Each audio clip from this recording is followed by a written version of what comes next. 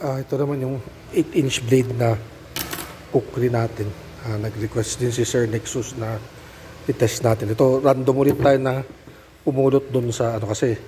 Ito, meron tayong nagawa nito na 8 pieces eh. Nabenta na yung dalawa, napunta kay Sir Bong. Suki natin na isa. Ito yung isa na available. Kuya Bernard, pakaya ko mata, pinapatesting to na eh. Para videoan mo kanya ito. Ito yung natin.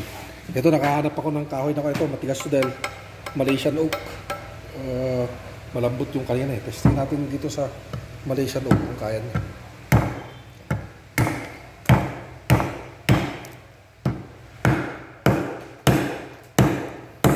Lagyan na natin siya na against the grain para makita natin.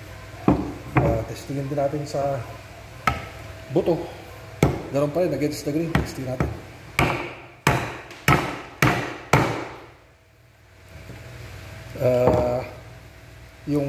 Ito yung Kydex natin. Ay, Kydex yung Micarta natin.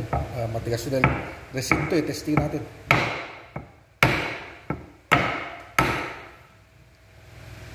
Pati resin, kaya na. Phenolic board. Yung tip niya, testing ulit natin sa pati yung edge na. Testing natin.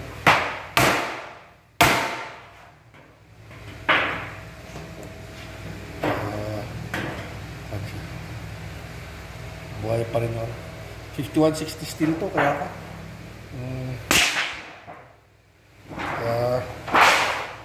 Matibay pa rin.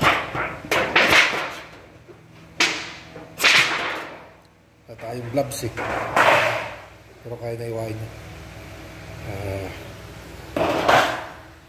Yan yung 8-inch kukri. Tinatanong ni Sir yung scabbard na. Kung close to. Wala kasi kaming oras na to na carvan. Pero pag na-carvan namin to, syempre extra labor cost yun, iba na impression niya pagka may carving.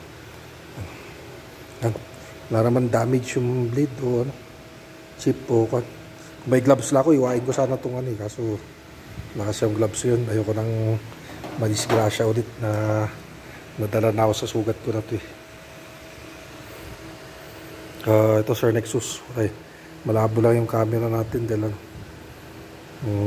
low budget phone eh.